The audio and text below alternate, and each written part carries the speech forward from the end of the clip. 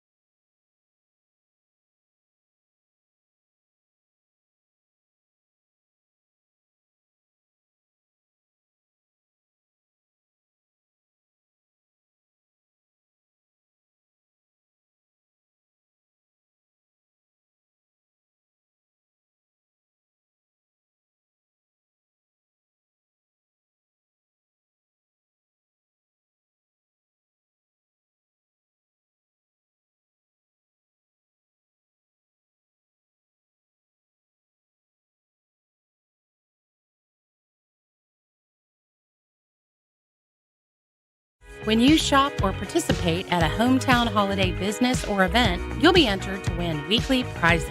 Download the Visit Louisa app to your phone or go to lovelouisa.org for complete details and a list of participating locations.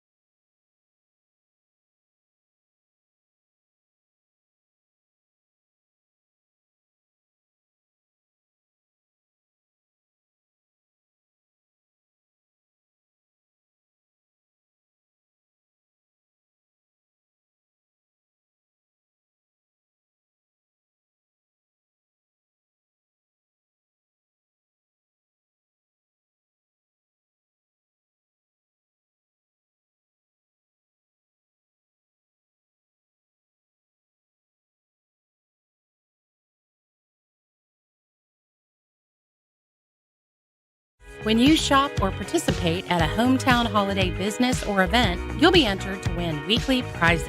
Download the Visit Louisa app to your phone or go to lovelouisa.org for complete details and a list of participating locations.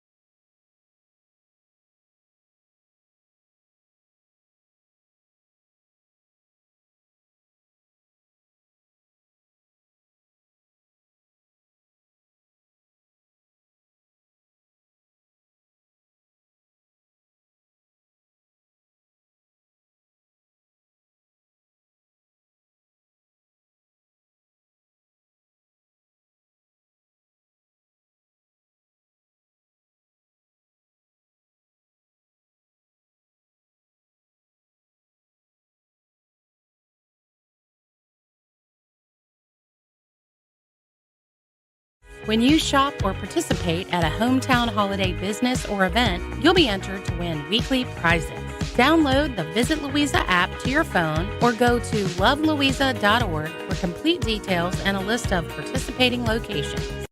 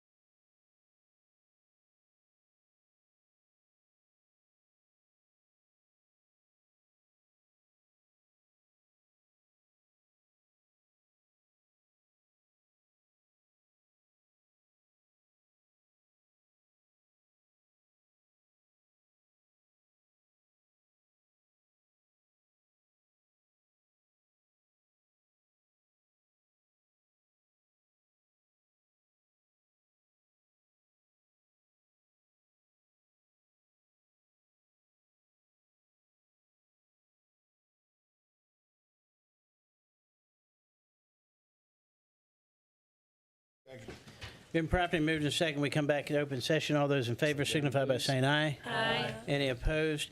I will now poll members to certify that to the best of your knowledge, only public business matters lawfully exempted from the open meeting requirements under the Virginia Freedom of Information Act and as identified in the motion for which the closed meeting was convened were discussed and considered by the board. If any member believes that the board varied from the purposes stated for the closed meeting, please state so and the reason prior to casting a vote. Mr. Gentry? Yes. Mrs. Jones? Yes. Mr. Williams? Yes. Yes. Mr. Barlow? Yes. Mr. Barnes? Yes. Mr. Purcell? Yes.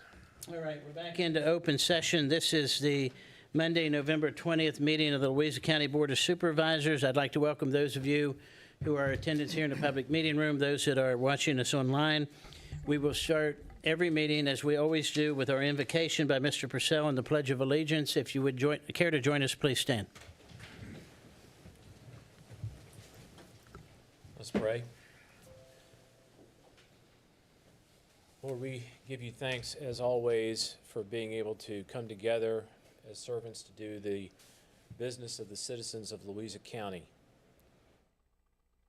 We know that you've blessed us in so many ways here in this county, this commonwealth, this nation, and this wonderful world that we call home. We ask that you remind us always of these blessings so that we may be good stewards of what you've given us. We ask that you be with us in the days, weeks, and months and years to come. Be with all those who serve, protect, and defend us, both at home and abroad. And we give us thanks for this season, that we can always be thankful of our many blessings. In your name, amen. Amen. I pledge allegiance to the flag of the United States of America and to the republic for which it stands, one nation, under God, indivisible, with liberty and justice for all.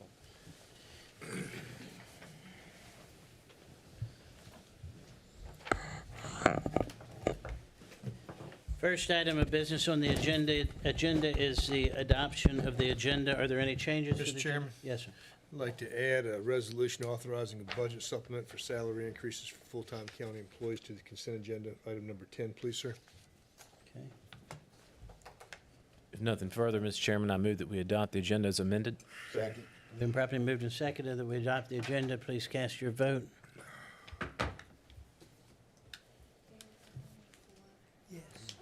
I'm having Copy problems off. logging in.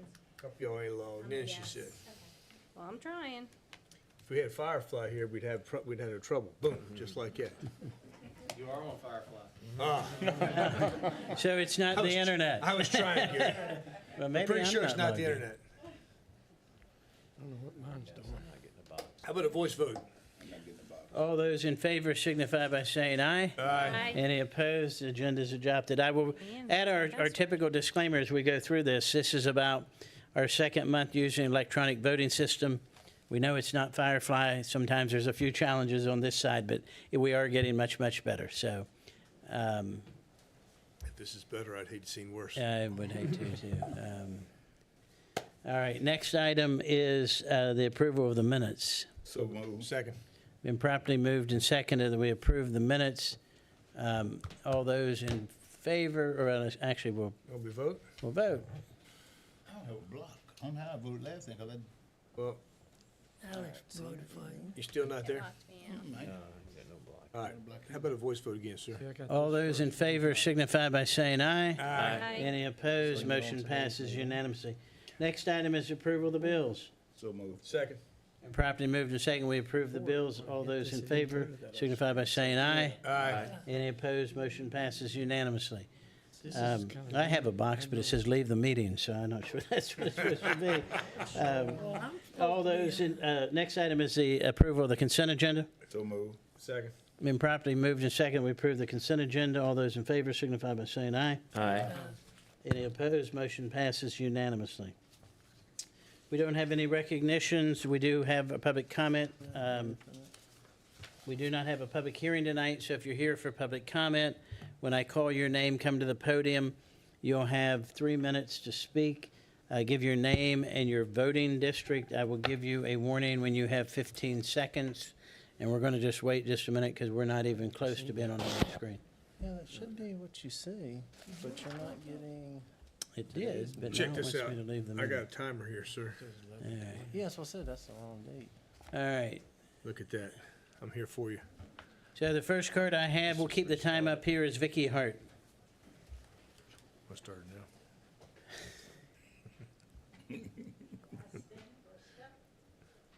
That's it, yes. LIFO, last in, first out. Yep. Vicky Hart, Louisa District, Okay. Town of Louisa. Many of you don't know that my small church that I attend, which is behind Holly's Market on Louisa Road, supports the UVA campus ministry. We're only about 12 families, but we support the UVA campus ministry, and we have 2 missionaries that we have overseas.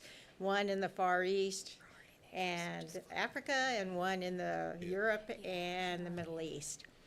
One of the ones that we have that lives in France was attending the International Christian Ecumenical Council meeting in Israel, which was located in a kibbutz next to the Gaza, went on October 5th.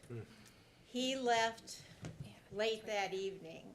Many of the other people did not. So many pastors were killed on the morning of October 7th because they were not able to leave.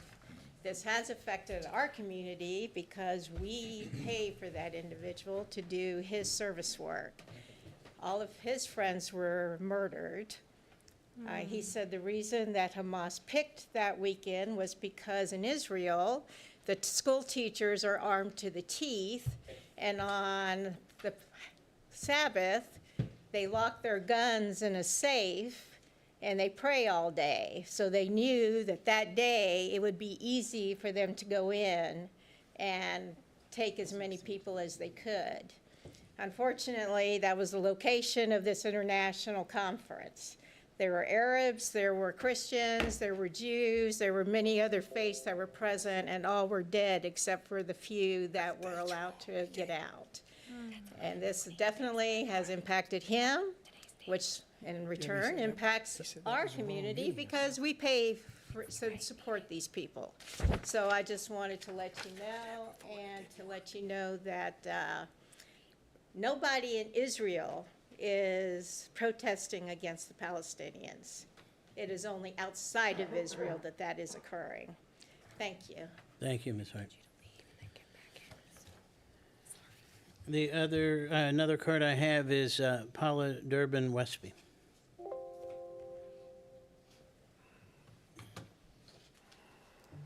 Hi, I'm Paula Durbin Westby. I'm from Mineral District, and I want to address the Amazon data centers. And I live about 2 miles away from the biggest one, the one that's going to be in the Shannon Hill area. And I have a concern about where the substations are going to be located, because they could easily come over into my area, I think, as well as other areas.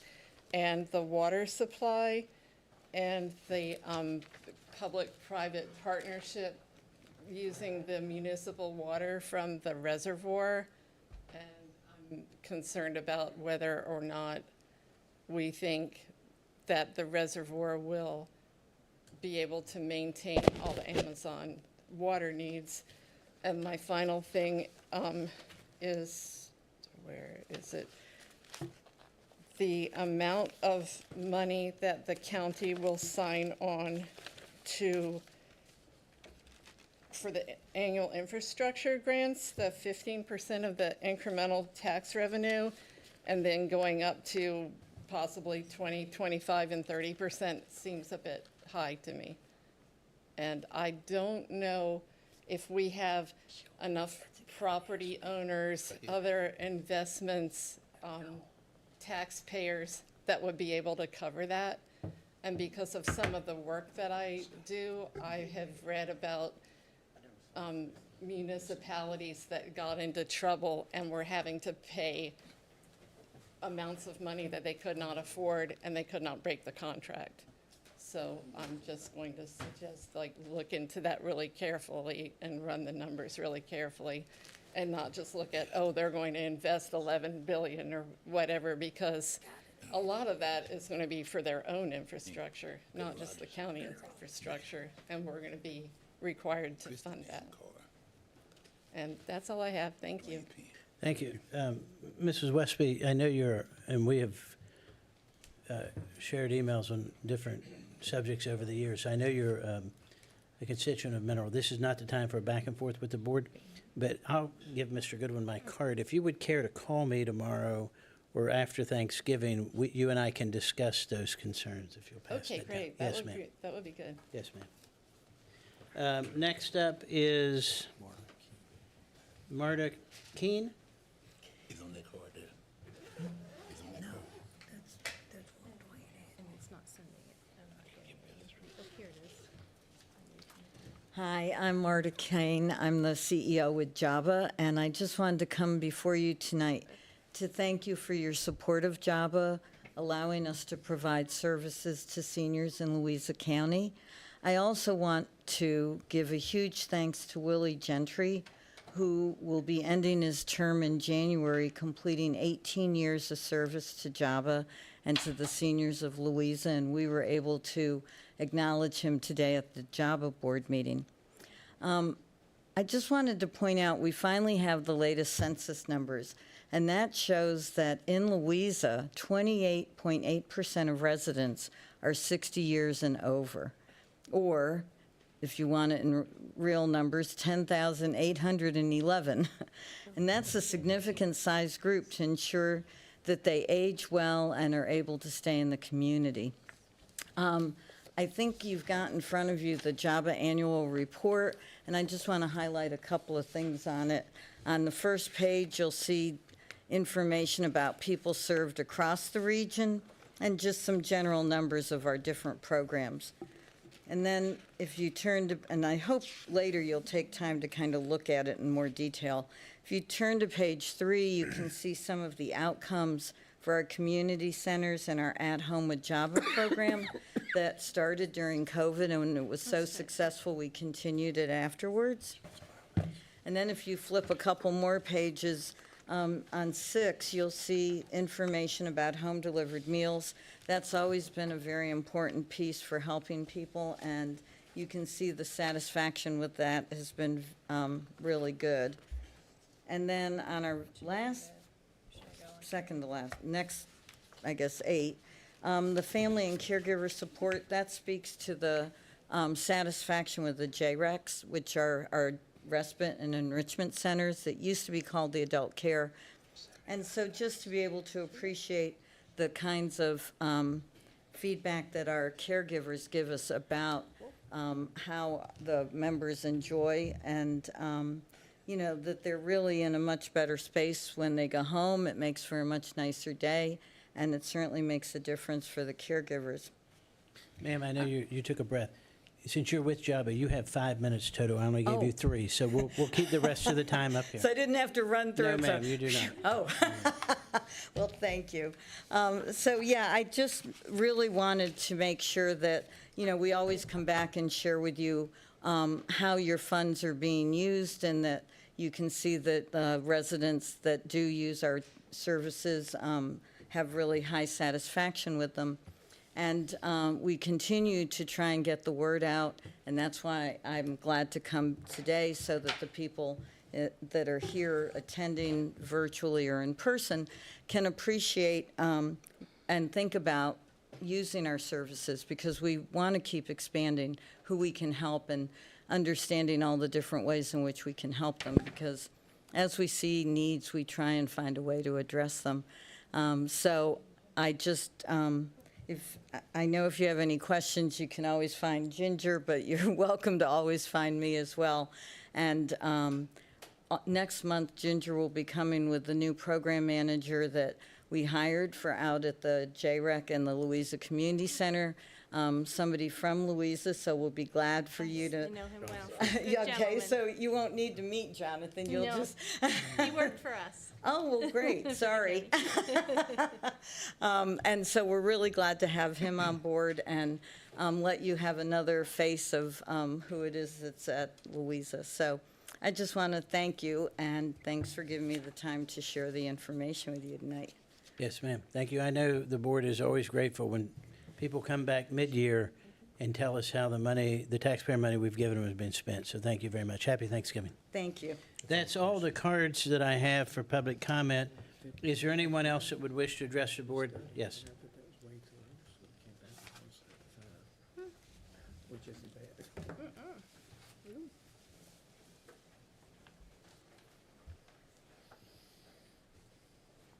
Hello, my name is Dan Tomlinson. I'm here to talk about the AWS data center facility that is being proposed and is supposed to be being addressed this evening by an amendment to assure that let me see if I can say this exactly right, an amendment to fill in the loopholes in the incentives that the county is to provide to Amazon in order to convince them to do business here, to build this data center. I want to give you a little idea how big and ambitious this actually is and what the potential impact on the taxpayers here in Louisa County, as well as the people who live here, whether or not they pay taxes, will have. First of all, there are a series of incentives that talk about payments back to AWS of, in the first case, 15% of the incremental tax revenue it receives on capital investments between $150 million and $11 billion. I ask the people here to tell us exactly what is meant by who the incremental tax receipts are being made from. I believe that a simple reading of this article would indicate that it's tax receipts from buildings or from infrastructures that are not necessarily the ones for the data center itself. Could be adjacent grocery stores, for example, dry cleaners, whatever. It could be any number of things. So that's money that's going back to Amazon that's not coming from Amazon, and that is a lot of money over time. I want to give you a hint of just how big this is. There's a section in an article I read today in the local paper, thank you very much, that says another indicator of the potential massive scope of NCTC is the extensive electrical infrastructure that Rappahannock Electric Cooperative intends to bring to this campus facility, the one of the two here. It talks about 10 substations providing electricity at 300 megawatts each for each of the 10 substations, totaling 6 gigawatts. And then it continues to say a gigawatt is, I'll quote, roughly enough electricity to power 750,000 homes. 3 times 750,000 homes is 2.25 million homes, which is approximately the size of the city of Los Angeles when I grew up there in the late 50s and early 60s. Okay, this is a big deal, folks. If you're going to do this, you need to be very careful about what kind of agreement you're entering into with AWS, and very careful about where the money is coming from and where it's going to go. If you don't do that, it's going to make a disaster of this county, a disaster on the scale of any disaster of this type anywhere in the United States of America. Thank you, Mr. Thomas. Again, the board doesn't go back and forth during public comment, but if you want to stay when we do the resolution, you'll see that all that money is coming from Amazon income. But anyway, yes, ma'am. Ms. Hickman? Yes, ma'am, Ms. Hickman.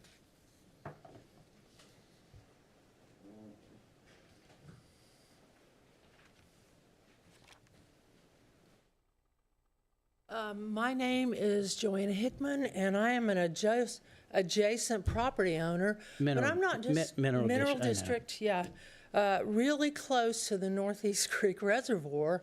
And I think this is very ill-considered, and lots of it has been done in secret.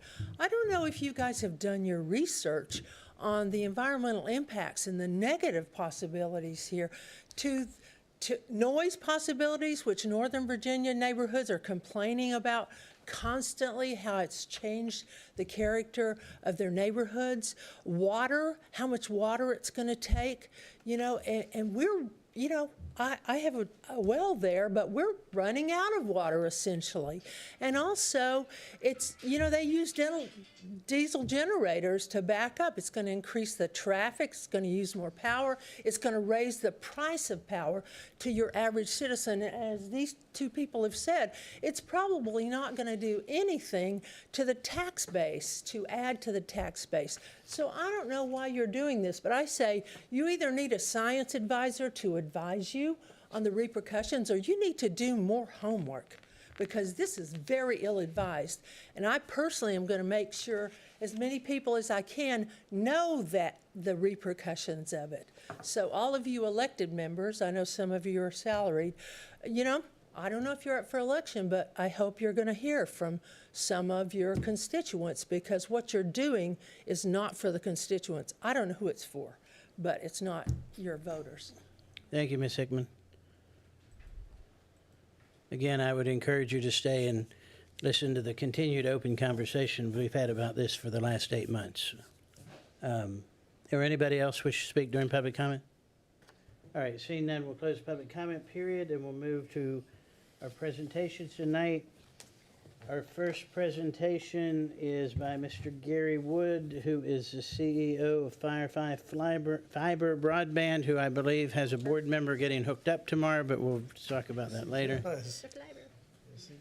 Well, thank you for the opportunity to come in. I wanted to mainly come here and announce that we're going to hook up a board member tomorrow. Good job, good job.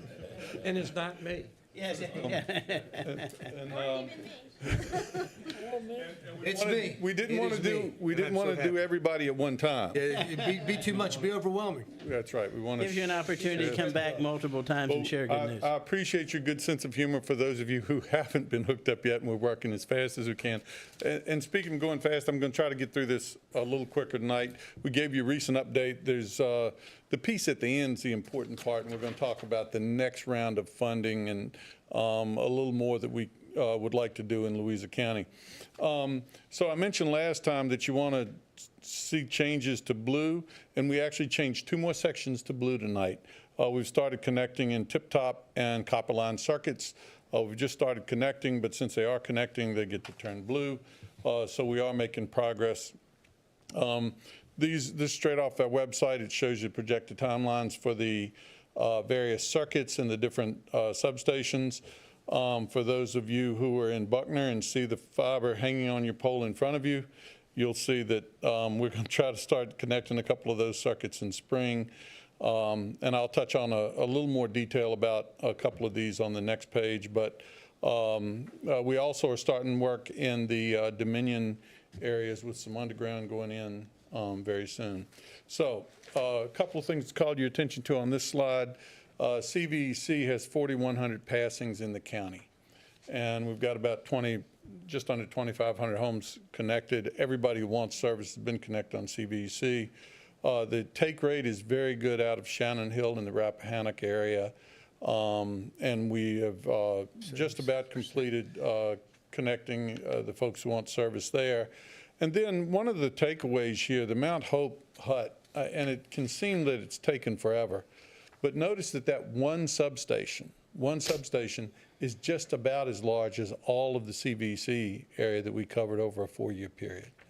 So it's a big substation. We've got all that fiber up, except for there are 2 pieces of fiber waiting to be connected, where we cross Interstate 64 on the copper line circuit and go over into a little bit of Goochland County. We're still waiting on the permits for that. We expect them any time, but we have finished the rest of the splicing on copper line, and we have started making connections.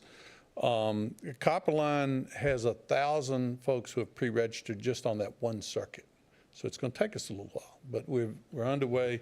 We were about 75, 80% finished with connections on Paynes Mill, or probably 50% on Locust Creek.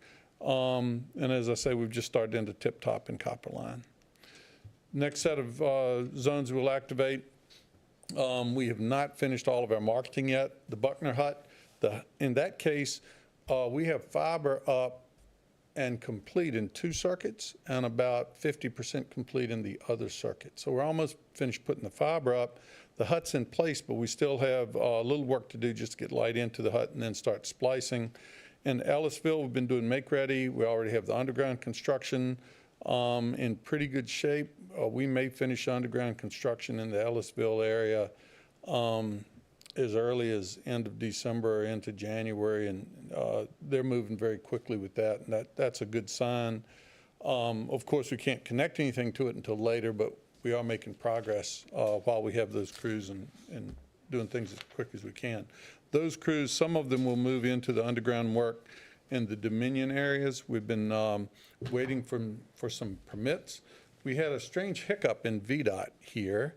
Things had moved pretty quickly, and we had a little bit of a delay in the Dominion areas with some permits, but just recently that's taken hold again. We've got the first ones and released them to the contractor to begin work. Dominion, we expect to start splicing their fiber. They're mostly finished with their fiber construction. They'll start splicing in the next month or so. Sometime in the first quarter of next year, we should be able to start connecting people in those Dominion areas. And I'm not going to go back and forth between the maps because that's not really what tonight's all about. And then Cuckoo, we've started make-ready engineering. And then that's it, right? So let's talk about what else we can do. So VADI has another round of applications due on December 19th for grants for unserved locations. We have scoured the county using information from a couple of sources, but primarily from the FCC maps, which have been updated and are much more accurate today. They're still not perfect, but they show a number of locations. And these red dots, and I just highlighted one area to blow up a little bit over toward Mineral. The red dots are areas that are shown as still not having service available at least 100 megabit download and 20 megabit upload. The dark blue area is a service area that we already committed to serve. The lighter background originally was shown as all served. Now these areas, these single locations, and a lot of these are where there were long driveways off the road, so Comcast might have service at neighbors, but they don't have service at these homes. So everything in red is included in this round that we're putting together that we're going to ask you to let us partner with you on. When we look at the whole county, you can see that around Mineral and Louisa, there are some a number of areas. There are also some little strange pockets. I think there's 6 locations up at Blue Ridge Shores. There's a couple down near the county line, a couple areas. We really went through and tried to find everything where there hadn't previously been grant funding. So in some of these areas that are dark blue where we already plan to provide service, we haven't received grant funding in that area. There are reasons. There was an SCS broadband project long ago that had funding, so DHCD wouldn't allow us to include it up near Lake Anna, but they will allow us to include it in this round if they still aren't served, and that's why those red dots up at Lake Anna are in there. So we've found every single one we can put in, and we have planned to connect them. In most cases, these will be connected to fiber that we already are planning, because we run a lot of fiber all over the place. We've got Dominion middle mile fiber running down through Louisa and Mineral. We've got Rappahannock fiber that runs crossways through there in a number of areas. So our total project, there are 441 additional locations that are unserved that we would provide service to. All total, it's about 15.5 miles of fiber. A big part of that is actually up at Blue Ridge Shores with underground. Total investment will be $1.6 million, and we're asking the county not to give us any money. Deal. Thank you for your presentation. So we do ask that you commit to sign the letter supporting the grant application, agreeing to be part of it. They committed to it in the consent agenda, sir. It's done. It's done. Well, I thank you for take back everything I said. Thank you. I shouldn't have wasted your time. But so that's what the project is.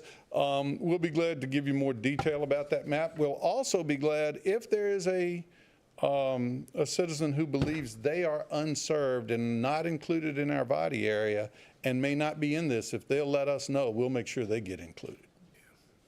Mr. Williams? Mr. Wood, thank you. I am getting hooked up tomorrow because it's just my turn, and I'm sympathetic to people who aren't hooked up yet. Are we still on target to finish the entire project in the original time frame that we have said we are going to? We are still on project to finish within the original time frame. It's going to be a push, but Okay. we are pushing really hard, and we're pushing particularly hard in Louisa County. So Good. I just, Yes, I kind of it's knew a the good answer to the question. I just wanted to get it out there so everybody could know, because Absolutely. I think it's, people who don't have service, they want to know, are we going to make it? And we are going to make it. We are going to get it done. And you're working to get some more projects in the county too, so I thank you for doing that. Right. We want to make sure that anywhere that this picks up every unknown location left, every single one of them. And if we find another one, we're going to put that in, because we want to make sure everybody has access to broadband, who needs access to broadband, and that's everybody. So, Chairman. Mr. Purcell? Kerry, I just wanted to personally thank you. I don't have much time left, but about a year, 2 or 3 ago, when we started this, you said that because of the way the grant was structured, that you were going to hit certain areas of the county first, but you were not going to ignore those places that, even though they weren't technically part of the initial criterion that went into the grant, as far as being not well served, you wanted everybody to be served, and this is a physical manifestation of that commitment you made to us in real time. So thank you for being true to that, and I know my constituents thank you as well. Thank you. thank you. Well, I'm going to kind of echo this here, but I also want to personally thank you. We had recently some discussions with communities around the lake. There was some heavy discussions, I'll just put it that way. Both you, your staff, people from REC went out of your way to help me, to help those folks in that community understand the process. And I know you were there on a rainy Saturday morning, I think at 9 o'clock in the morning, for a community meeting. And that opened up that fiber run to about 200 houses there. So when Mr. Purcell says you go above and beyond, I appreciate that. Several members of your staff were very helpful. So I'm grateful for that. I know I've heard a lot of people from that community who were very thankful for that, because there was just a misunderstanding in the beginning. I do have a question. It's not because I'm on the Ellisville hut. I am, and I'll get it when I get it. I know we're 4 years ago, it was 30 years away. Right now, it's 18 months away, so I'm good. Do you have a time frame? Because I do hear, because we're seeing so much activity in everywhere you go, but around that Ellisville hut, I mean, some days you'll pass 12 utility, Pike Utility, Firefly trucks. So people are asking, and I didn't see it. 2024. Yeah, summer, so we will have the first circuits, our projection here is first circuits will start being connected in summer of 2024. Perfect, that's great. Do we have a copy of this presentation, Mr. Goodman? We do. It's not in your packet, but we have it. and I Okay, can send yeah, it to you. I would just like to. That would be nice. Can we post that? That's okay to post? It's on our website. You can point to Yeah, it. You I can would post like Can we put it on our website? Sure. I'd like specifically the underserved areas that you're reaching out proactively around Mineral in that area, because while the town of Mineral, I think along with Louisa, has Comcast, there are a lot of folks, and you addressed one of the reasons, well, we have a long driveway and we couldn't afford to pay Comcast to come up the driveway. It was 10 grand. And we just had a meeting with our legislators prior to this, and they weren't totally aware of some of that. And I was mentioning to the fact the first 1,200 feet are free. And then there's a They're nominal included. charge. They're not free. They're a nominal, they're free to the subscriber. They're a nominal charge after that, and if the people qualify on an economic basis, there's even no charge. Is that the Firefly? Yeah, It's 2,500. 2,500, okay, okay, Yeah, half a mile. yeah. So, it again, Yeah. it's a good project, so thank you very much. Yeah, well, we couldn't do it without the support of the board, who's been great. after Mr. Barnes turned me down the first time I showed up. Since then, we've had a good relationship. But we have a great team, Dennis and his guys and all the folks at Firefly. But I can't say enough about Rappahannock and Dominion and their support. We have 16 make-ready crews right now working every day. We're doing make-ready on the Rappahannock lines. It's something at the level of about 25 miles a week. That's what we did before on CVEC. But the difference is we're doing that on Rappahannock at the same time we're working in Appalachian Power and in Southside. Rappahannock has really stepped up and pushed forward with the pace to try to get things done as quickly as they can. And Dominion's doing a great job here staying on track. So thank you. Mr. Barlow has a question. Could you go back one map? You're not getting power. You're not getting it ever. Yeah, right there. That's a white circle around We're you. all in that blue except for that white dot. That's you. I want to know. That's your what I'm house. afraid of. That white dot down at down near Gum Spring? That's Tommy Barlow's No, house. no, the next one. Next one up. The one here at the county line next to Hanover? See above the M in Mount? Says Mount Hope, right See there. right there? That's Tommy's house. You know something? Is that my I have no house? idea. I saw that last night and I thought, I need to clean that up, but I don't have time, so I'm going to show it and see if anybody notices. Well, That's I your house, noticed it. Tommy. We actually are going to cover all of Mount Hope, so that dot is included. And actually, that little white area down at the bottom, down near the Goochland line, there are a couple of unserved locations, if you see down there at Gum Spring. So that had previously been a Comcast area, so we couldn't include it in the grant. But now we have a reason we're going to run right through there. But they're underserved. They're now underserved. So if Not near as underserved as that one dot. well, notice in this one it's colored in, so that's helpful. But so what happens if we have a mile of, or in this case I think it's about a half a mile of line down there along Three Chop Road. If we have two unserved locations, we have to build by the other homes to get to them, so everybody will get a chance to have service because we're getting there to those two unserved ones. Good for you. Thank you. Thank you very much. We appreciate it. Happy Thanksgiving. Thank you. And thank you for your support again and for the letter that I didn't realize we already had. Should have been quiet. Thanks. Thank you. Next is a presentation by the Louisa Arts Center, and I believe Karen Welch is here. Welch, how are you? I'm fine, thank you. How are you? So, good evening, supervisors, ladies and gentlemen, and thank you for allowing me time to come and give you an update on the Louisa Arts Centre. You will have seen in front of you that we have our winter-spring playbill, which has a lot of great activities coming up for the rest of the season. But also what I'd like to do this evening, if I can, is just to talk a little bit about our annual report, just to talk about really how the funds that we receive from yourself, have actually helped us and what we've done for that. Before I do, I would also like to just say a heartfelt thank you to Willie Gentry. I know you're leaving us. I hope you're not leaving the Arts Centre, but Willie has been our Board of Supervisors representative and has been incredibly supportive. So really appreciate. Thank you. And I hope we get someone just as good. Also, I'd just like to introduce as well my new operations manager, Linny Lockhart. Linny's just joined us. She's also like me, out of town, but she's more south in Texas, whereas I'm across the pond. So Linny is going to help with the operations so that I can get out and about more with our community outreach programs. So as you'll see, hopefully you'll see, we have continued our mission to enhance appreciation and inspire passion for the arts in our community. And from our financial summary, we are continuing to grow each year and put all this back into the community. So our growth last year was only a little bit over the year before, but we also are very conscious about ensuring that we are fiscally responsible and ensuring that our expenses and our costs are under control. So although we only made a small amount of profit, we did cut back a lot on our expenses.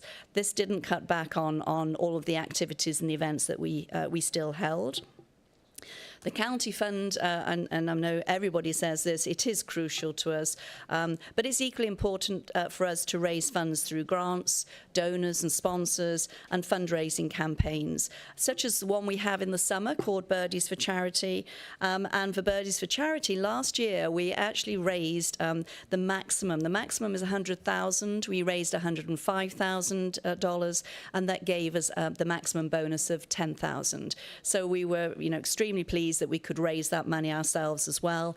And obviously we have our annual Silver Tie Gala. I know many of you come and support us at that. So, we do try to raise funds as much as we can. We're also proud of our accomplishments. You'll see on one of the pages we talk about some of our accomplishments. We expand all aspects of our events and activities to provide a variety of entertainment for all ages, to suit all ages. And in fact, last year we actually had the highest attendance at any one event at the in the Arts Centre's history, and we had 430 people. Now, normally the maximum we get is about 200. We had an event on the fairgrounds. And I'm really pleased that that's our maximum. 430 people came to one of our events, which was great. However, I feel our biggest achievement over the last year has been our community outreach. We raised over $30,000 to refurbish the mobile arts bus and took it out into the community to bring arts and craft activities to over 400 children and adults. The Arts Bus supported the town's sesquicentennial celebration, and it took me a few months to actually be able to say sesquicentennial, and I probably don't say it in an American way, but it was a great celebration, and it was great to be involved with that. Also, the Autism Awareness Festival, the Louisa Police Department's inaugural National Night Out, as well as the Louisa County Public Schools Community Cafe, when they take free lunches out to the underserved children in our areas. We also hosted last year for the first time a classic Christmas event for families at the Arts Centre, complete with horse and carriage rides, s'mores and hot chocolate by the fire pit, and a visit with Santa. This was free, and this was just an amazing event. All the families enjoyed it. And it's our way, really, of giving back to the community. It's not just about selling tickets to shows. It's really trying to find ways to brighten everybody's lives. And as you can see within the annual report, we have testimonials given to us by our patrons, by students, community leaders, volunteers and staff, and they really do echo that we are brightening the lives of our citizens. We've had a strong start to this financial year, raising almost 50% of our income goal in the first 4 months, and have still a fantastic lineup to come. But we couldn't do any of this without the support of the county, other grantors, sponsors and donors, and importantly our volunteers, who gave over 6,500 hours last year to support the Arts Centre. So I have a small team, but my team extends to a lot of volunteers, and we appreciate all of them. I remember standing in front of you during the COVID years, wondering how you as a Board of Supervisors would be able to support the Arts Centre financially when there were other organisations asking for funds to help with basic needs. And myself and the board and the staff are extremely grateful for the county's continued support as we give our citizens the chance to forget their troubles, if only for a short time, and bring a smile to their faces. So I know we are just as important. More and more local citizens and those from other areas and other counties are talking about what's going on at the Louisa Arts Centre now. And I really believe that we are truly becoming the cultural hub of Louisa County, and I thank your support for getting us there. Does anyone have any questions or comments to Mrs. Bowe? Well, first of all, I'll say the same thing I said to the folks from JAMA. We appreciate you coming mid-year. You actually come several times mid-year to give us an update on the money, the taxpayer money that we give you.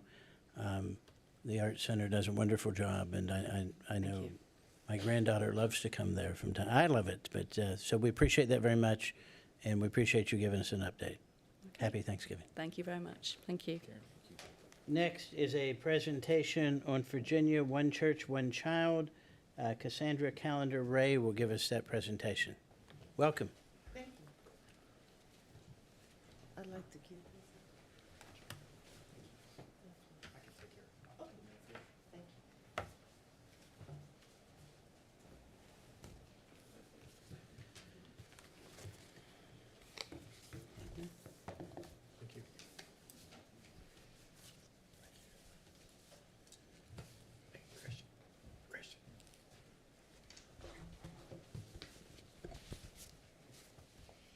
Thank you.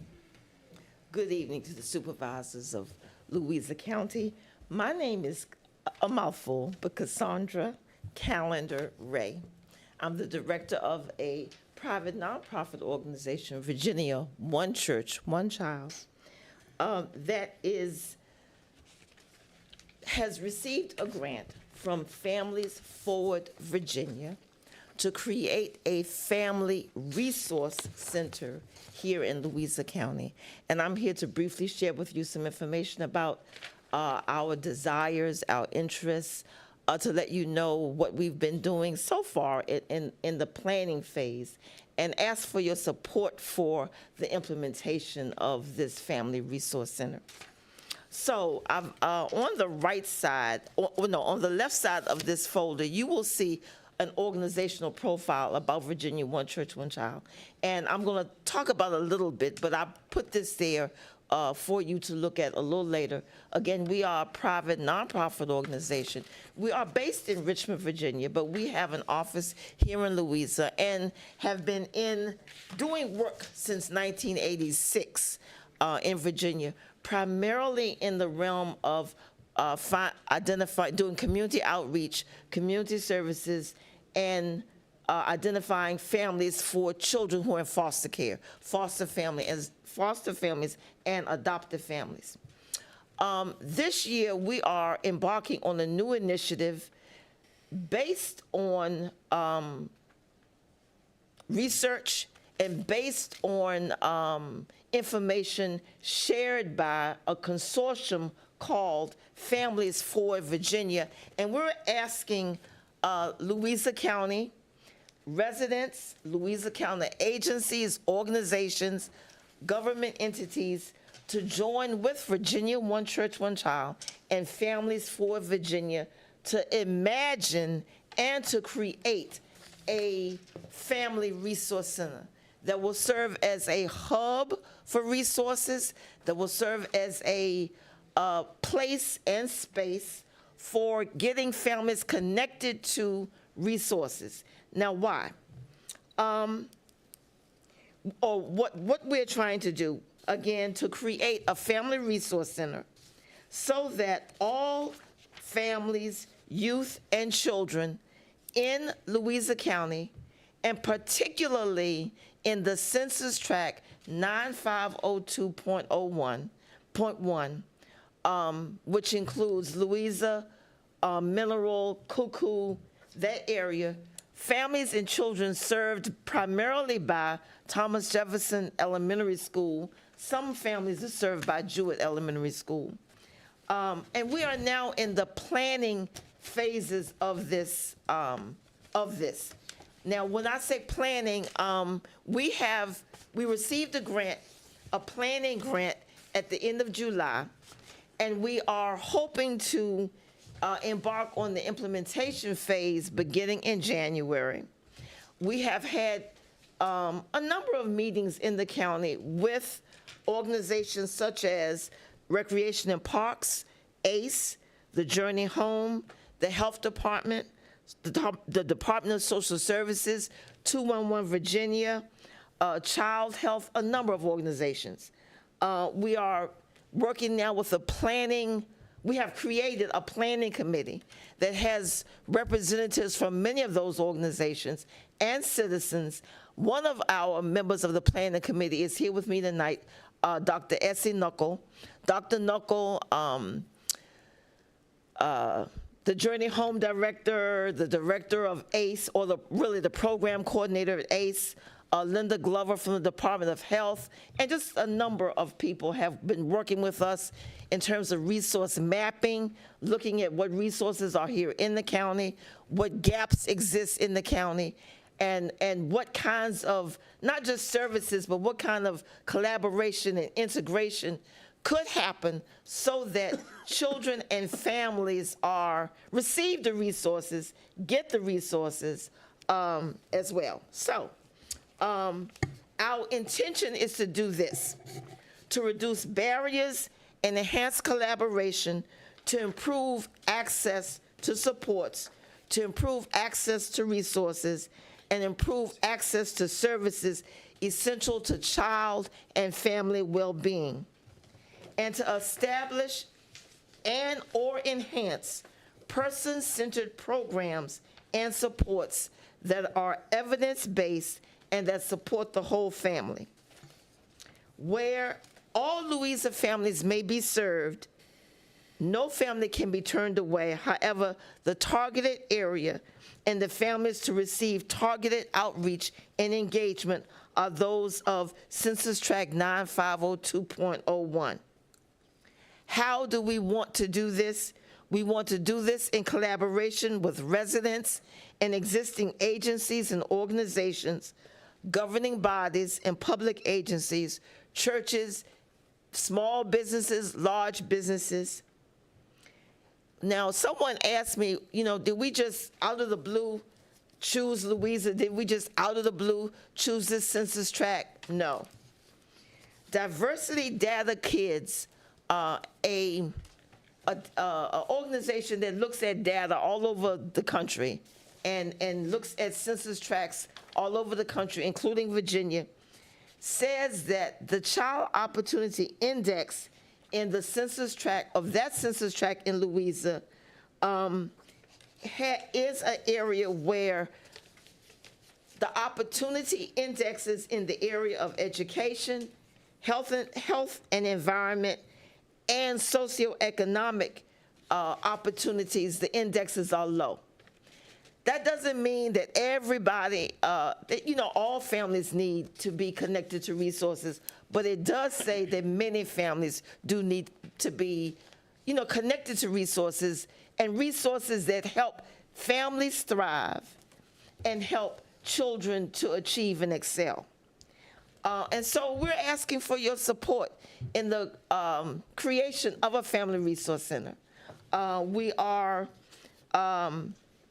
now looking for, we have office space, but it's tiny. We have office space in the Sage building. We are looking either at developing a school-based family resource center, but we really are looking for space in some community-based space to develop and really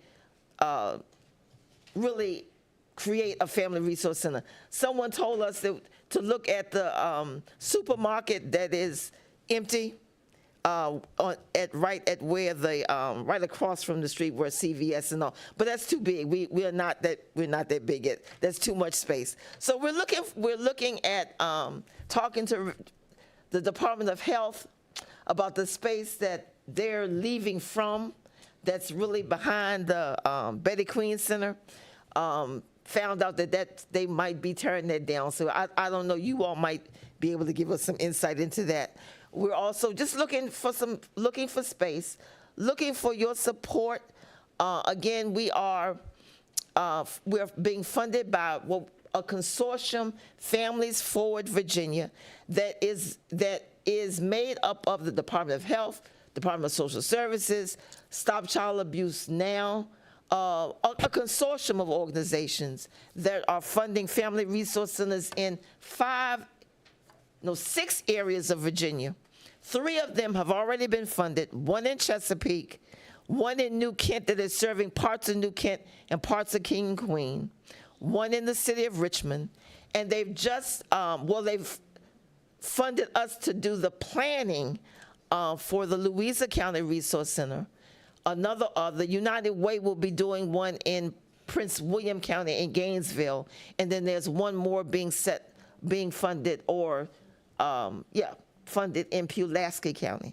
And so I'm here to ask for your support, ask for your assistance in identifying some space as we grow, and ask for your willingness to look at or consider enhancing or maybe increasing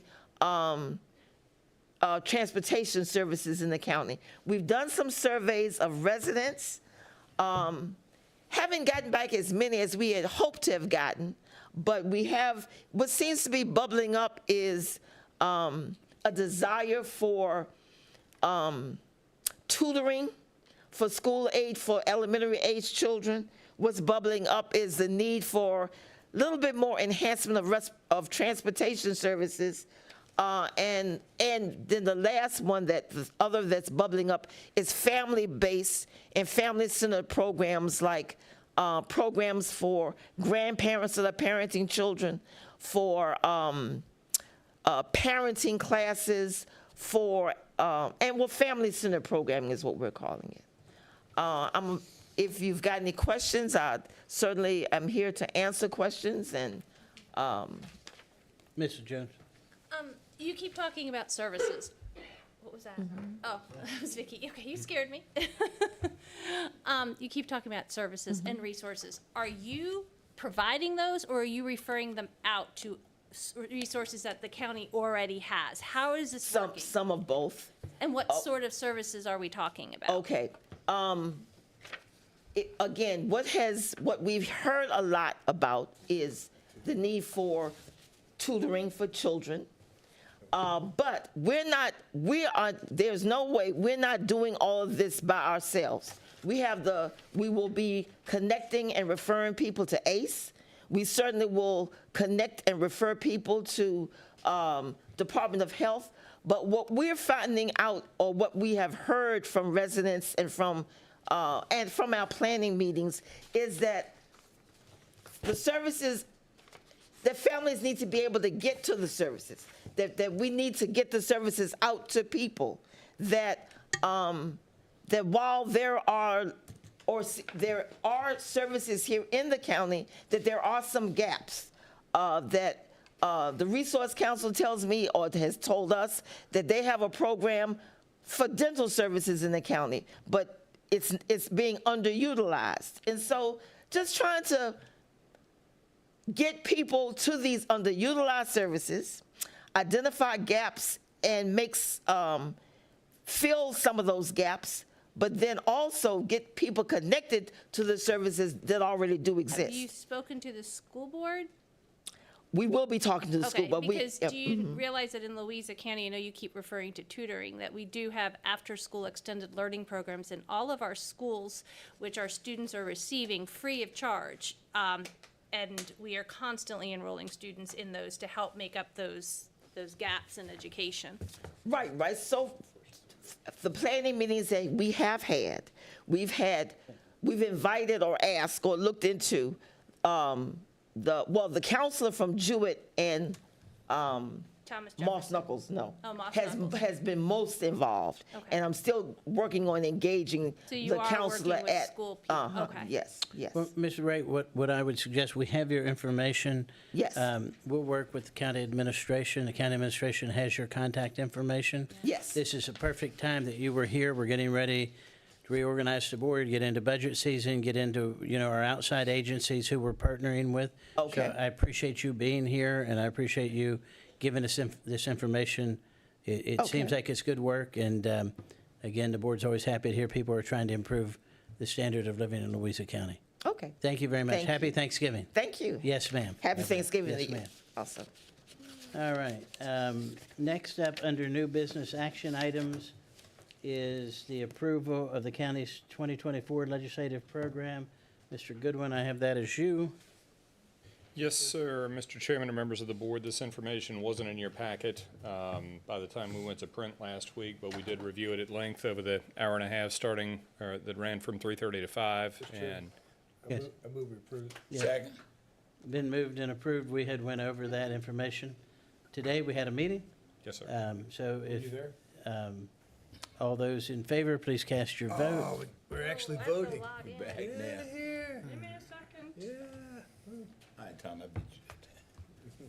I'm happy to run through it at a high level again if you would like me to. We good. Okay. Yes, sir. I think the pleasure of the board is we good.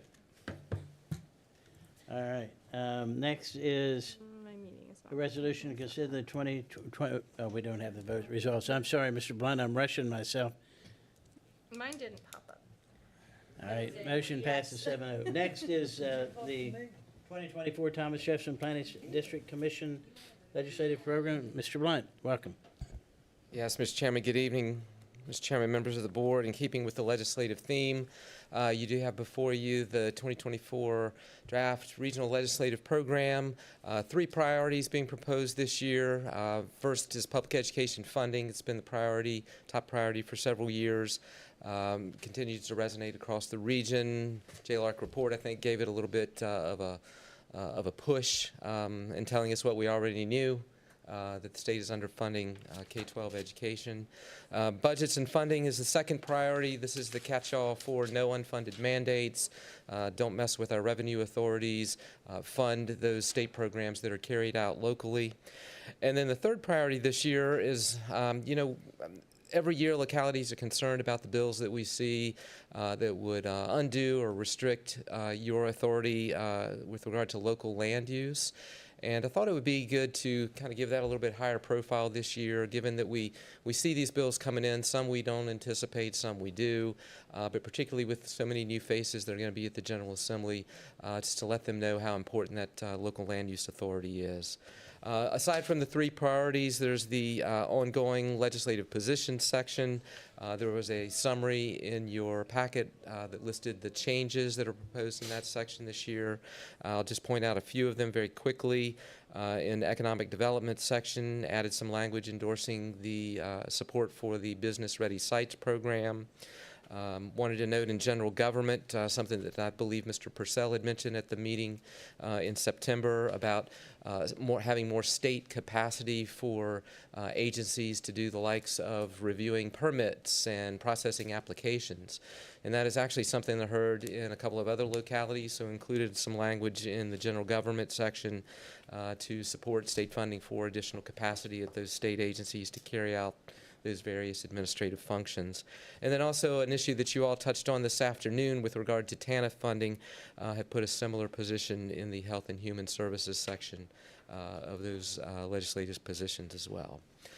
So that is what I wanted to bring to you. Glad to take any questions if you have any additional suggestions to add to the program. Yes, sir. Move to approve. Second.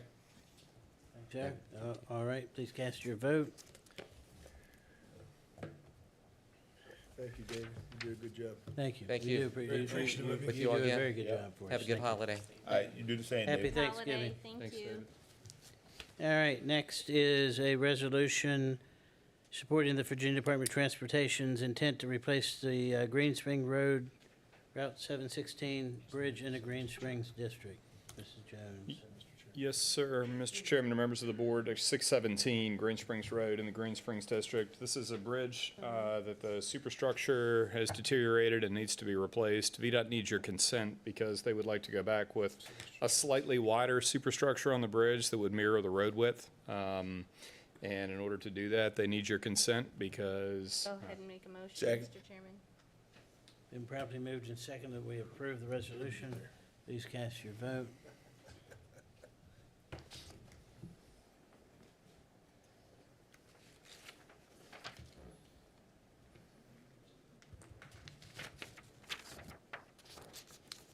Motion passes 7-0. Next is a resolution to approve an amended performance agreement between the County of Louisa and Amazon Data Services. Mr. Wade. Yes, sir, Mr. Chair, members of the board, good evening. Before you tonight is amendment to the performance agreement. You have one in your electronic packet, and subsequent to that being published, we had some late minute changes, so please refer to the paper copy that you have in front of you tonight. I will share this with you after the meeting, assuming it goes right. And what I'll do is I'll just run down through the amendments to the performance agreement. But these amendments are based on the performance agreement that you approved on September the 5th of this year. The first one is on page 2. Simple. We just added the resolution number in the third whereas on that page, third from the top.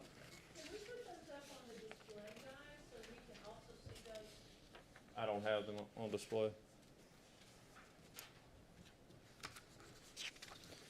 The second is on page 7. This is the section. This is the chart that in the left-hand column has the tiered capital investment. In the center column, it's the percentages of incremental tax revenue in the form of grants that we would give back to AWS. And the right-hand column is the term of those infrastructure grants. What I do want to remind you of is this is net new revenue to the county. So this is revenue we do not currently receive. This is revenue that is billed to and paid by AWS to the county of Louisa. These numbers do not include, the rebates do not include certain infrastructure that AWS will not be taxed on, including the power infrastructure that will be owned by REC or Dominion.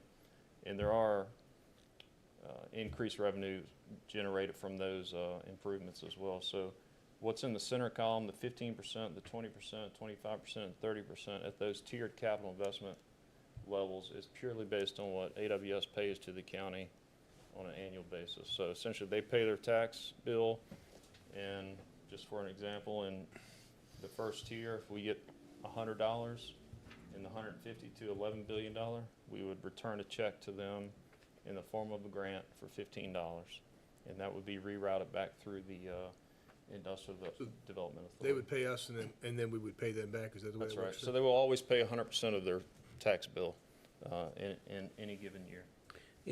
Mr. Wade, it appears that under this chart, $150 million to $11 billion investment is a percentage incremental tax revenue is 15%. 11 billion to 20 billion is 20. 20 to 30 billion is 25%, and 30 billion is 30%. So are we structuring this to encourage more investment in the county? That's right. That's right. So, you know, the initial $11 billion capital investment commitment is roughly for 11 shells. There is potential for them to build many more than 11 data center shells on both of those campuses. So as they meet the $11 billion capital investment, if they have till 2040 to meet that. If they exceed that before then we would move to the next tier, and subsequently we would go to the higher tier in the rebate percentage. But yes, it's structured to incentivize them, not disincentivize them, to continue to invest in Louisa County. So the rebate comes out of taxes that they pay? Rebate comes out of... Not out of general fund money of the county? That's correct. That's correct. So there's no opportunity on a tax revenue basis for the county to lose money here? That's right. This is all net new revenue. So it doesn't have anything to do with what the other tax base in the county is. It just has to do with what the Amazon increased tax base is. Is that right, sir? That's correct. So our residents who are paying taxes, this money is not coming out of money that the residents are paying, right? This is Right. completely separate and it won't cross. Yeah, so if Amazon pays 100 in that first tier, we would grant them $15. Which means they would net pay 85. Correct. New money? New money. All right, thank you. Change number 3 on page 8. This is for the investment performance grant schedule. So 2 tiers here, 11 billion to 20 billion in the left-hand column, and then over 20 billion. The first tier, the grant would be 17%. Second tier would be 20%. And then that term runs for 5 years. So if you remember, I said the initial grant period ends in 2040. If for some reason they don't meet their initial investment of 11 billion commitment by 2040, then the grants go away. If they meet the $11 billion by 2040, then this grant kicks into play, and it would be based on these investment tiers. And we started 11 billion here because this only applies if they meet the initial capital investment that they've committed to.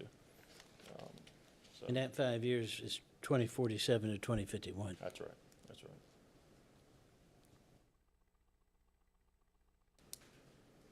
And again, same net new money on an annual basis. So, you know, the initial investment that has been mentioned is 11 billion, but we're throwing up to 20, I'm sorry, that might be me. Up to 20, up to 30. So there is the potential for this to significantly grow as an investment to the county to generate not only tax revenue, but jobs in the county. That's right. That's correct.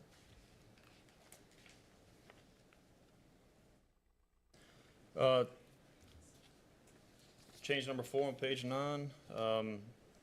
This is just an adjustment to how the company's single point of contact will be identified pursuant to section 12F.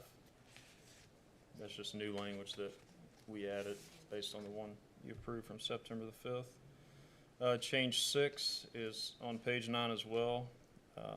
Originally, we had up to 375 acres. We changed that to 380 acres. And if you recall, the Northeast Creek Technology Campus is roughly 1,400 acres, and about 628 of that is to remain in green space, open space.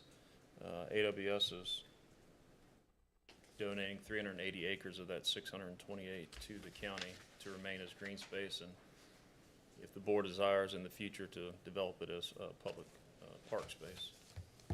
Now, did I assume that 380 acres is in whatever parcels they've put together to purchase? That's correct. So they paid for this at whatever, and are giving 380 acres to the county as green space for the county to do with it, not develop it, but as green space. Yes, up to 380 acres, yeah. I mean, do you have a rough estimate of what that dollar amount would be on 380 acres on that? Millions, I assume. Yes, definitely millions, 10 to 20 million dollars in the value of what they paid per acre, yes.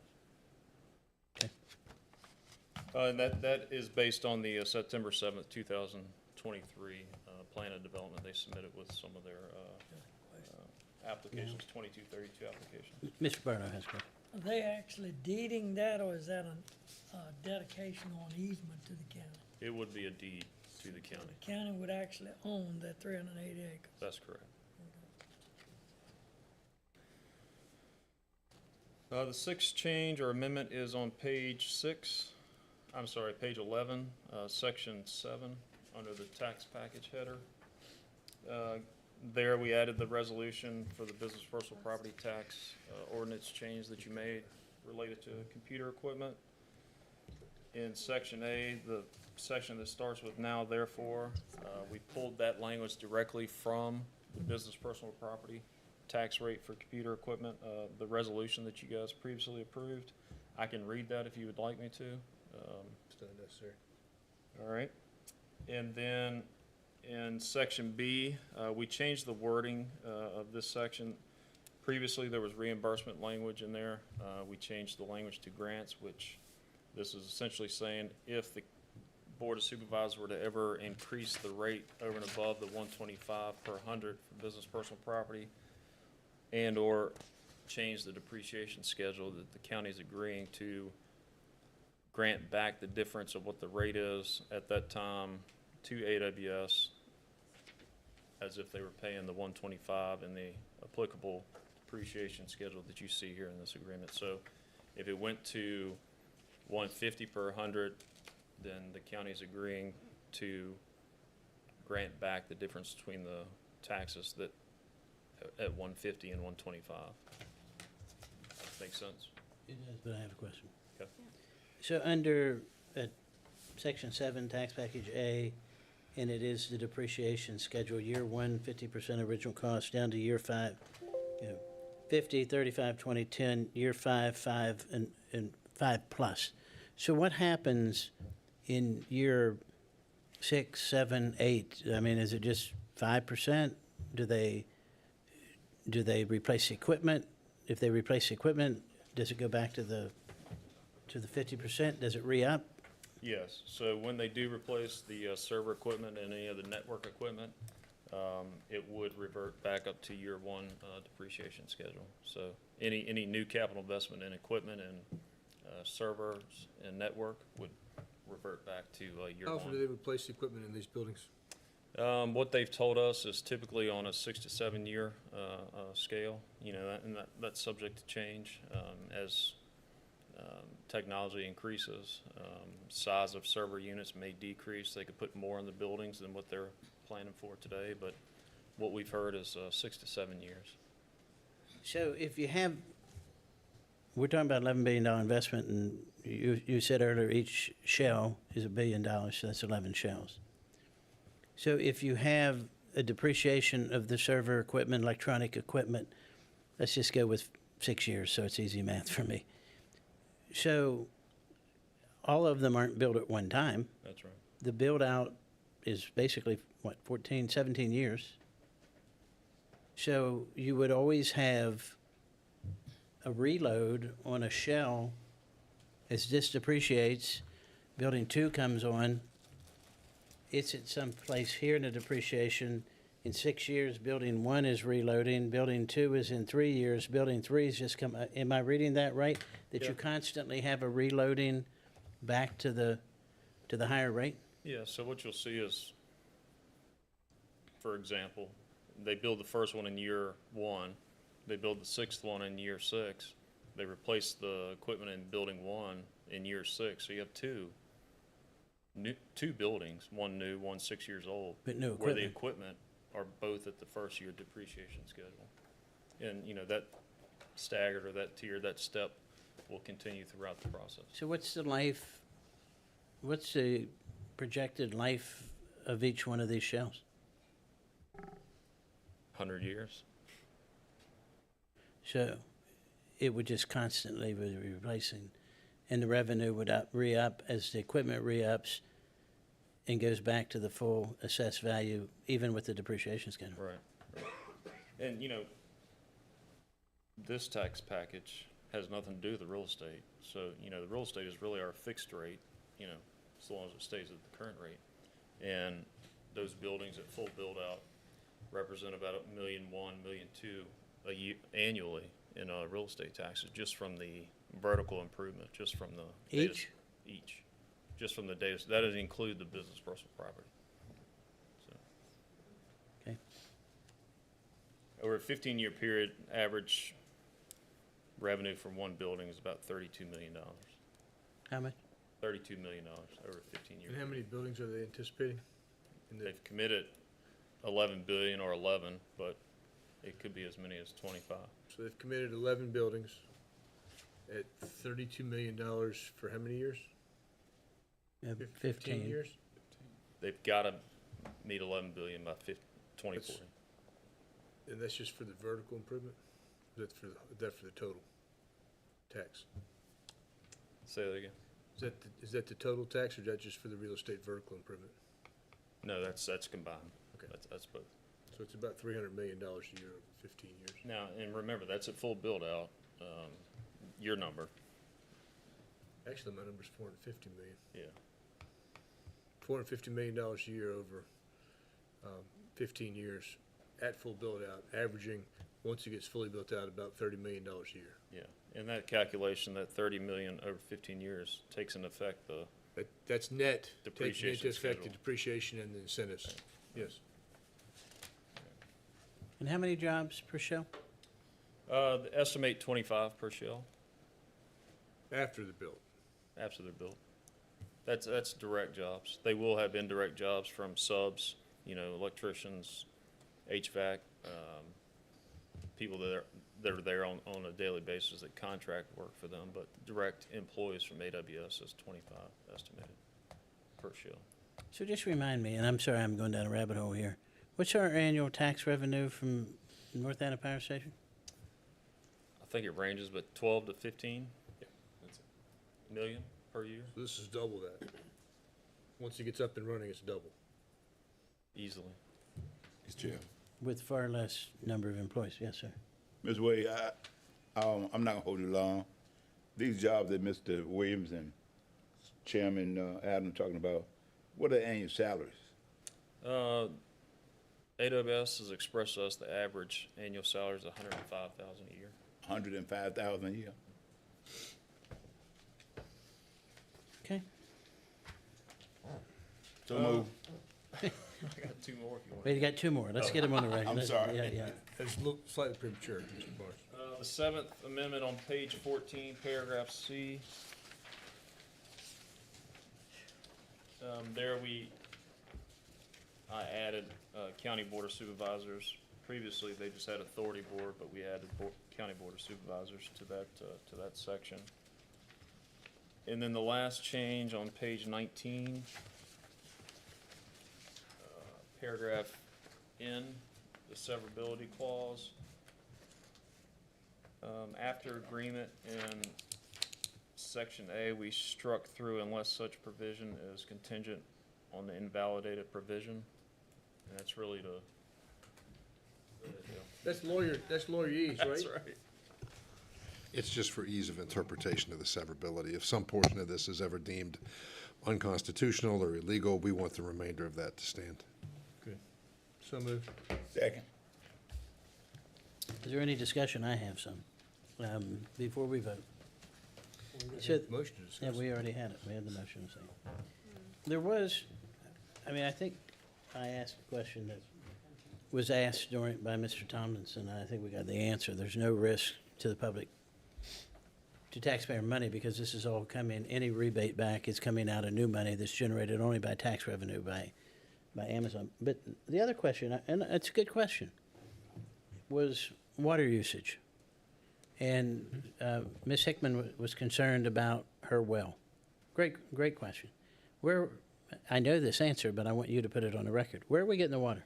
Yeah, so the cooling water source for both data center campuses come from Northeast Creek Reservoir.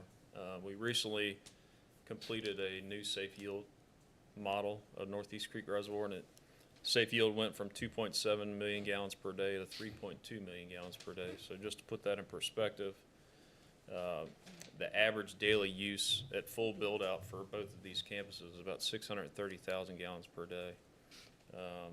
The Northeast Creek Water Treatment Plant has a treatment capacity of 1 million gallons per day. So between the two, you have 1.63 million gallons of spoken for capacity, which means you also have a buffer of 1.6 million gallons per day for future development for the towns if so desired. So when we redid the safe yield model, it took into account the droughts of the early 80s, the early 90s, and the early 2000s, and all those numbers checked out based on their average daily command.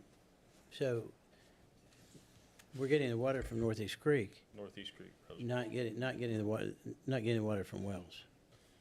They do have plans to drill temporary wells at the Lake Anna site, but not the Northeast Creek Technology Campus, no. Mr. Williams? You answered my question. Thank you. Okay. Any other question? All right, no other discussion, please cast your vote. Cast me as yes, please. I've locked myself completely out. You have? She has a question. All right, motion passes 7-0. Ms. Hickman, I'll be happy to meet with you after the meeting. I can't hear you, but I'll meet with you after the meeting. I'll meet with you after the meeting. I wish you guys wouldn't pass this tonight. I wish you'd give the public Not a colloquy. It's not a colloquy. I've never had Is that. it? 8 months. It's not a colloquy. We can't engage with that. All right, next is a resolution authorizing a budget supplement to the Department of Fire and EMS. Yes, Chairman, members of the board. This is a budget supplement to the fire and EMS budget for compressed gases. Mr. Chair, move we approve it. Any discussion? All right, please cast your vote. Thank you, ma'am.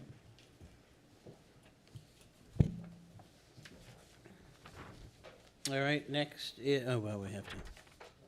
Vote passes 7-0. Next, we have committee reports. Does anybody have any committee reports? Briefly. I have two. Yes, sir.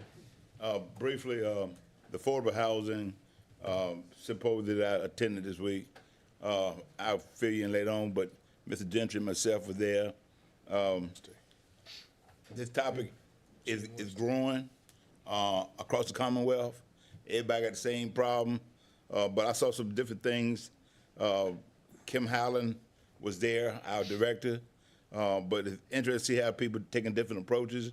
And I saw everything from churches building affordable homes and renting them out to their congregations or the neighborhood community. From the big thing now, and I talked to you all about it before, people looking for vacant buildings and remodel them for affordable homes. Affordable apartments. Affordable apartments. Yeah. One come to mind in Miss Jones' district, that little nursing home up there at the intersection of 15 and Bowser Tavern. And I thought about it. I said, man, that'd probably be a good use. Privately owned by a gentleman in Charlottesville, and they do have people living in it right now. I don't know why he. But there's some other concepts. But the governor made a statement. He spoke. The governor said, going forward, in economic development funds, you have to provide a workforce housing plan. Localities, when they apply for those, and Andy, he going, but he's Go Virginia. Other, he wants to see a workforce housing plan when you come get those grants. Makes sense. Any other think we have a committee good reports? Let me follow up on a couple issues yes, since please. we went together. It was one thing to me, the overall conference, it was amazing how many agencies and parts of agencies that were all involved with housing needs. It just kind of blew my mind just how many were there. And Kim was there, and I talked to her quite a bit. I think that this county's probably going to have to get on board just a little bit more during budget time, maybe give her some more help so she can actually investigate some of these things, because there's an opportunity for grant money and a lot of help. So that was the biggest thing I thought of the whole thing. It just kind of blew my mind how many agencies are out there. Thank you. Anybody else? Any other committee reports? I have two. One is a committee report on the Lake Ann Advisory Committee. As you heard today in the legislative workshop, the General Assembly budgeted $1 million for remediation efforts on a harmful algae bloom. That was given, or it's being funded through the Department of Parks and Conservation, correct, Mr. Goodman? Yes. They're looking for an agency locally to, looking for an agency locally to act as a financial agent, basically, for that money. LAC, along with help from Louisa County, is willing to accept that money and help fund those efforts, get it out of the state, get it closer so that it can be handled more effectively and efficiently. I want to let you know that. Then I do have a recommendation. Currently, we have a Parks, Recreation, and we do not. That's just a committee report. We have a Parks, Recreation, and Tourism committee. What I would like to suggest that we do is, especially since the recent increase of the transit occupancy tax, is to break that in two, direct staff to come back and give us a recommendation. We may have to act on this. Have a Parks and Recreation committee, and then have a committee on tourism, because they're now two separate things, and we do have this money's encumbered from the transit occupancy tax to be spent on tourism. So if there's no objection to that, I'd like to have whatever we need to do with legal counsel, and we can look at that at the next meeting. Absolutely. All right, any other committee reports? Let me follow up on one other thing I forgot about housing. There's obviously a big push in parts of the state of Virginia go to manufactured homes, which is really just a fancy name for trailers. And they're going out to several counties and trying to push that as one objective, and something that some counties look for everything they can.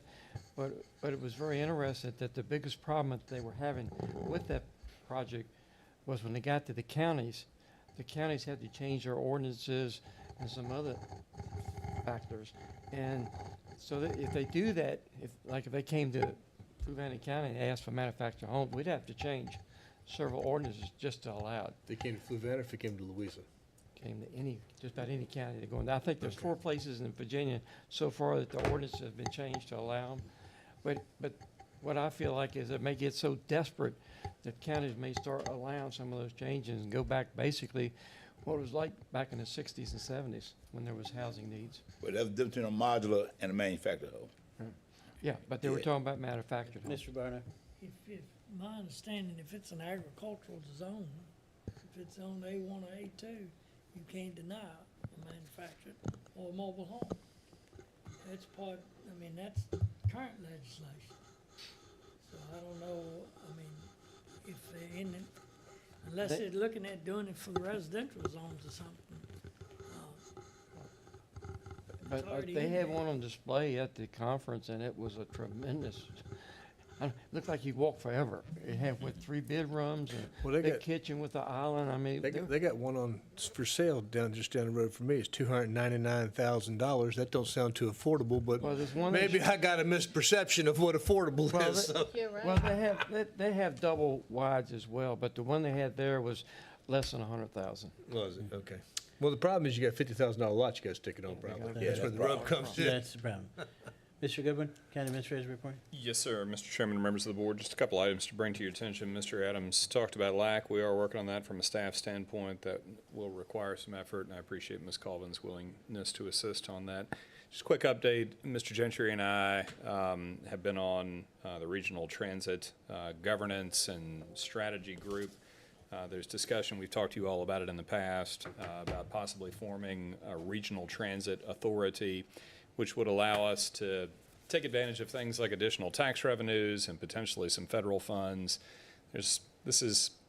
Gentry and I have talked about this a little bit. This is a little clearer as to how it would apply in areas like Albemarle and Charlottesville, and maybe a little bit more nebulous in rural areas like Louisa. And I think there's some head scratching in the more rural areas as to when and exactly how the county should get involved. I think the nice thing from our standpoint is that body would set itself up in such a way that any entity could join it at any time, and in such a way that we might be able to do things in rural localities that would be different in areas where more urban transit is kind of the name of the game. And you heard the representative here that spoke earlier tonight about some of these needs for transit. And, just the understanding of where those needs are and how best to meet them is something that's continually evolving. So more to come on that. I'm happy to answer any questions on it that you may have. And just, you all have covered a great deal on the agenda that's been on my to-do list. And Like I mentioned yes, about sir, the go ahead. transit thing. Basically, the last meeting we had was about creating an authority, and what it would do would actually let the rural counties have an option whether you even wanted to join the authority. But the biggest drive for most of this is like Albemarle County, City of Charlottesville, trying to get more revenue sources. Right. And that may or may not help Louisa County. And there's not a lot of answers to some questions out there. For example, I asked specifically, well, we have Jaunt. How's that going to change what we get out of Jaunt? How is it going to change our input as far as more money? So it's a committee that's really thinking about a lot of different things, but haven't come up with a lot of specifics at this point. Yep. Thank you for the clarification, sir. A couple of dates to make sure on your agenda. Tell your constituents to come out to the Christmas tree lighting next Friday night on the courthouse lawn. It's a highlight every year. Crowds get bigger every year, and the Christmas parade will be on Saturday the 2nd, and I'm bound to inform you that Ms. Stanley has let me know that board appointments may have been intentionally or inadvertently skipped. I don't know if you have any this evening, so. No, we don't have any. There's one. We do have one. She said She's there's saying one. there's one. Hint, Who- hint, Well, hint. all right, who has one? Ms. Lillian Morris is the Commission on Aging. She represents the Mountain Road District. She needs to be reappointed. No, so moved. That's your district, Tommy. We'll do a voice, we'll do a voice vote. All in favor, signify by saying aye. Aye. She's reappointed. Mr. Barnes? So move. All those in favor, signify by saying aye. Aye.